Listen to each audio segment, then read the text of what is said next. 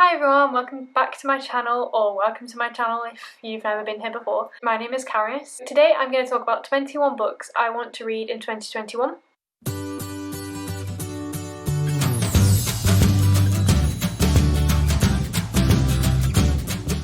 And I'm going to hold myself accountable to this. I recently counted how many books I have on my shelf that I haven't read, and it's something like 107. And my goal for this year is only 75, so I might not even read all the books on my shelf that I haven't read, which kind of stresses me out. Like, it shouldn't, because like, have as many books as you want, you don't have to read them all, but you can buy all these books, you can just keep on buying books and then just never read them. Like, if I'm going to buy a book, then surely it's so that I can read it, right? So I should probably read them. Hopefully at the end of the year I keep wanting to say duet this, but this is not TikTok. Hopefully I will react to this video at the end of the year and see how many I have actually read. I'm going to start with the series I want to finish, because does anybody else have commitment issues when it comes to reading book series? For some reason, I will start a series and then either not buy the sequels or just put off reading the sequels, and I don't know why. First of all, there's one that I don't have in my pile because it's an audiobook. I wanted to buy them all, but I might just do that later and like read them again. That is not the point of this. I'm supposed to be reading books that I haven't read yet. So I want to listen to Hand on the Wall. I listened to the first two in 2020 and then just never listened to the third one. I don't know why. So I want to get to it this year. I know it's not on my physical TBR, but I still want to get to it this year, so it counts. I have hiccups. I technically don't have this on my physical TBR either, but I want to buy and read Gemina and Obsidio, the other two books in the Illuminae file series. I read this in lockdown 1 and lockdown 1, and I loved it. It was one of my favourites of the year. It was like perfect for lockdown because the characters are funny and it's like multimedia, so it's super fun and interesting to read. It's all in emails and CCTV footage and stuff. There's not really paragraphs of text, so it's really easy to just get into it. The characters are really funny, so I'm really interested to see what the rest of the series is like. It's set on like a spaceship, that's why it's like multimedia, and there's like an AI. Oh, it's so cool the way it's done. Another like end to a series that I need to finish is The Amber Spyglass by Philip Pullman. I read Northern Lights at the end of 2019 and I started 2020 with The Subtle Knife, and I just never read this because basically book 1 in the series follows Lyra on this journey because these kids are being like kidnapped by this woman, and then The Subtle Knife completely changes course and it's about like alternate universes. By the time you get to the third book, there's so much going on. Like, my brain just wasn't ready for it. There's just a lot going on by this third book. I've not had the energy to get into this. I've tried a couple times and not succeeded, so I need to just finish it this year. It needs to happen. Another series I need to finish, which everyone will be very excited about, I think, is the Sarah J Maas A Court of Thorns and Roses series. I think that's what the series is called. I need to read A Court of Wings and Ruin and A Court of Mist and Fury. I don't own A Court of Frost and Starlight yet, but maybe after these two I'll buy that, I don't know.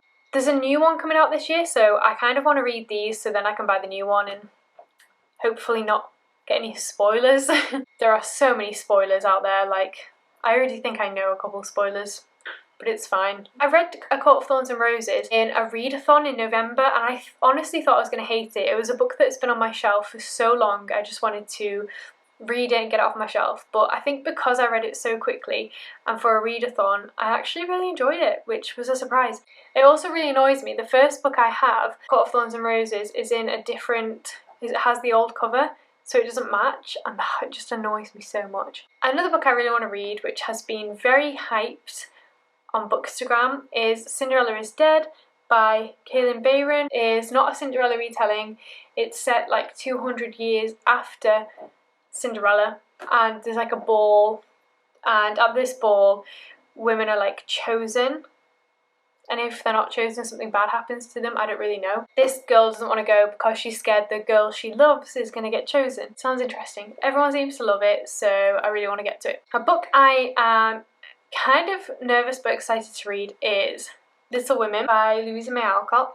I don't really read classics because they intimidate me, but I read Pride and Prejudice in 2020, which has made me want to just try classics more. And this should be a more accessible classic because I think it's like a children's classic, but it seems more accessible anyway, and the text is really big, so it shouldn't be as difficult to read as Pride and Prejudice was. I watched the movie in 2020, the new one with, like, has such a good cast, and I loved that movie, so I may as well give the book a go. It's about time I get around to it. This book is heavy.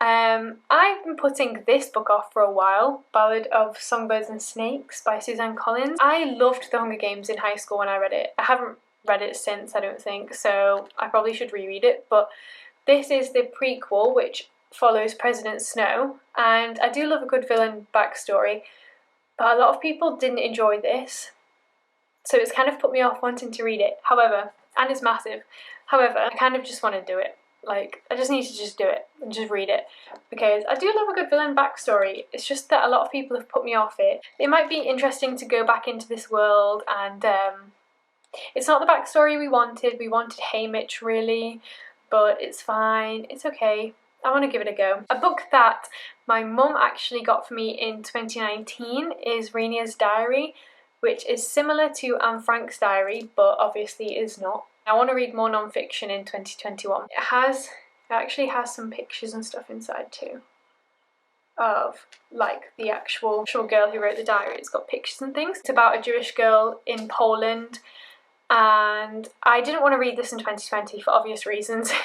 It was not the kind of read that I wanted in 2020. It definitely sounds very interesting, so I want to get to it because I have to be in the right mood for it, but I think it'll be very interesting. Another book my mum got me actually is Olive by Emma Gannon, which I got for my birthday 2020. I've been wanting this book for so long because it sounds very relatable and interesting, and it's about this girl who her friends are like moving in with their, you know, boyfriends, getting married, having kids, and she's sort of deciding she doesn't want to have kids, and it's about how society, you know, pushes you to live your life a certain way, basically. I'm very interested in this one. I have high, like, huge expectations for this. It best be good. I also want to read more thrillers in 2021, so I put The Silent Patient on my list. It's only short.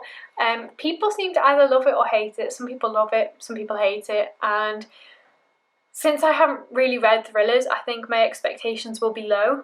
So maybe I'll like it. It's not too long either, so it should be quite accessible for me. It's basically about a woman who murdered her husband. She shot him, and she's not spoken a word since. So obviously there's more to the story. Sounds intriguing, and I just want to give it a go. Now, in 2020, I absolutely loved The Seven Husbands of Evelyn Hugo by Taylor Jenkins Reid. So of course I need to read Daisy Jones and the Six. And this one, rather than following an actress, follows a band called Daisy Jones and the Six. They're supposed to be sort of similar to Fleetwood Mac. It's told in like an interview style, which I think is interesting, and the whole theme of following a celebrity is an interesting one as well, so I'm very intrigued to give it a go. People seem to either love one or the other, but I don't know. I'd like to see if I love it as much as I did with Evelyn Hugo, so we'll see, we'll see. Oh, another one that people were raving about in 2020 was Midnight Library by Matt Haig. I've never read a Matt Haig book. Everyone says that his books are amazing, so I'm very excited to try it because apparently they're amazing. And this sort of is about, I think it's about a woman who goes to this library where she can see what would have happened if she made different choices in her life, like what path she would have taken in different scenarios. And I think it sort of has some commentary on depression and things like that. Also the cover, and it's quite short, so no excuse there to not read it. Similarly, actually, a lot of people love Fredrik Backman's books. I've also never read a Fredrik Backman book, so I'm going to be reading A Man Called Ove. I had to look up how to say that because I couldn't figure out how to say his name. I should be reading this ASAP actually for a reading vlog I'm doing, which has taken me forever because I've been in a bit of a reading slump. but I should be getting to this soon and I'm very excited. It essentially just sounds like it's about a grumpy old man. It sounds great. This is on a lot of people's favourite books of 2020, so I'm intrigued to try it. So yeah, I have quite high expectations. So I don't know a lot about this book, but it's Little Fires Everywhere by Celeste Ng. A lot of people love her books as well, and I kind of like to pick up books that have a lot of hype, but I'm not really interested in, because it pushes me to try new things and to try things that I wouldn't have usually picked up. I think it could be interesting. I honestly don't know much about it, but there's an Amazon Prime TV show. It sounds like there's a lot of drama and a mystery and secrets, and yeah, a lot of people really like Celeste Ng's books. So, and also the cover's really cool. So yeah, it was kind of an impulse buy, but I do want to give it a go. I also have They Both Die at the End by Adam Silvera, which I was told is sort of similar to Black Mirror in the way that basically these two characters, they get a text telling them they're going to die that day. And then there's this app where you can meet people to spend your last day on Earth with, and it basically follows them on their last day. And people seem to cry a lot at this book, even though you know what's going to happen at the end. I guess it makes you really root for the characters, and then you know what happens at the end, so it's supposed to be emotional. So I'm intrigued. People either didn't feel emotionally connected to it, or people cried a lot, so it should be interesting. This book, Aurora Rising, is by the same authors as Illuminae, which is Amy Kaufman and Jay Kristoff. So I really want to try this. It sort of seems like a mixture between Illuminae and Six of Crows in the way that, like, it sounds like a band of misfit characters, but it's told not the same way as Illuminae. But there are some like pictures and things in there. I really liked the humour and stuff in Illuminae, so it would be interesting to see if it translates through to this. I've had this book for ages, so I need to read it. Another series I want to start actually is King of Scars. The second one's coming out this year. I read Shadow and Bone, the trilogy, in like the end of 2020. I loved Nikolai. He was one of the best parts of the series, let's be honest. So this book follows Nikolai and his own little story. I think Leigh Bardugo's writing style sort of started to improve after she wrote the Shadow and Bone trilogy. So I think this might be better, and I think I might enjoy it more. And I'm excited to try it and see some of the characters come back from Shadow and Bone. And I think there's a character from Six of Crows in it too, so very excited to try it and to read it before the next one comes out so I can read that as well. I read The Goldfinch in 2020 and loved it. The Secret History by Donna Tartt is a lot shorter, thank God.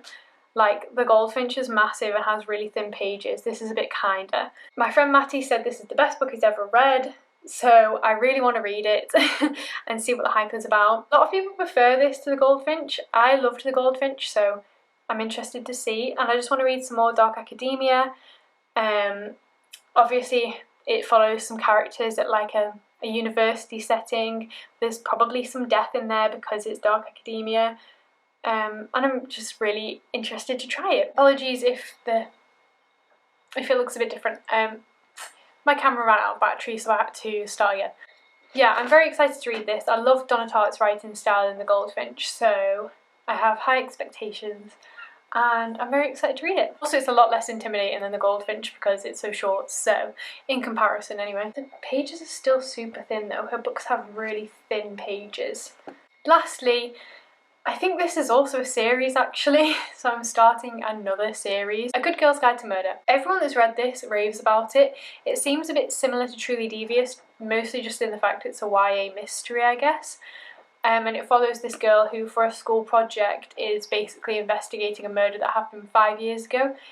I think she thinks the wrong person was convicted. And it's very interesting and everyone seems to love it. YA mysteries are pretty good actually. I think I'll look into more of them because I really like Truly Devious. So yeah, this should be interesting. So thank you for watching. Hopefully I will read all 21 of these books. We'll find out, we'll see. This has taken me so long to film. The first time I filmed it I had an absolute crisis because it went dark and I ran out of storage. So the fact we've got this far is a miracle. Please comment below if there are any that you think I should get to sooner, or later, any you think I should just bin, well not bin, but get rid of, and your opinions on any of these books. Really just let me know what you thought of them. Tell me what books you want to get to in 2021, and yeah, I will see you all again soon with another video. Bye!